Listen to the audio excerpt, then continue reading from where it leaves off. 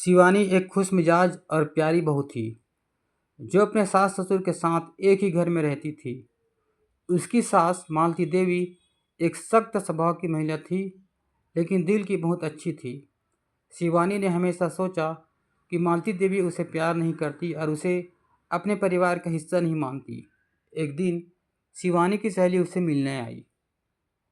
उसने शिवानी से पूछा, तू इतनी उदास क्यों है, क्या हुआ? शिवानी ने निराश होकर जवाब दिया, मुझे लगता है कि माँ जी मुझे पसंद नहीं करती।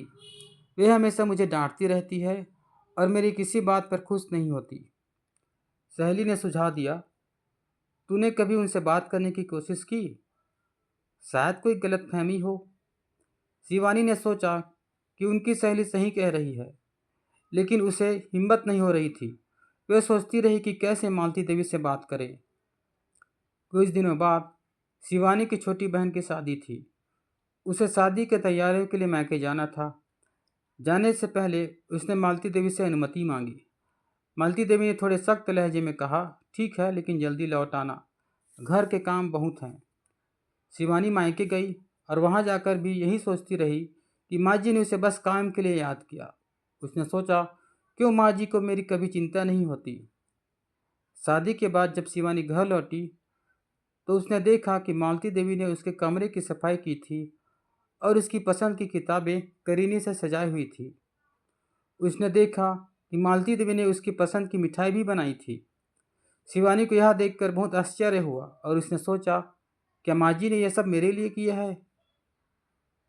उसी शाम जब मालती देवी शिवानी के पास आई तो शिवानी ने हिम्मत करके पूछ ही लिया, माँ जी, क्या आप मुझसे नाराज़ हैं? क्या आप मुझे प्यार नहीं करती? मालती देवी ने आश्चर्यचकित होकर कहा, अरे, ये तुम क्या कह रही हो बहू? मैं तुम्हें अपनी बेटी मानती हूँ। अगर मैं कभी शक्ति से बात करती हूँ तो वह सिर्फ तुम्हारी भलाई के लिए होती है। मैं चाहती हूँ कि तुम इस घर की रौनक बनो और हर काम में निपुण हो जाओ। शिवानी की आंखों में आंसू आ गए।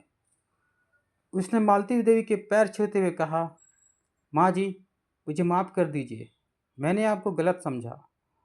मालती देवी ने शिवानी को गले लगाते हुए कहा, कोई बात नहीं बेटा, गलत फहमियाँ अक्सर रिश्तों में आती है, लेकिन उन्हें प्यार और समझदारी से सुलझाया जा सकता है।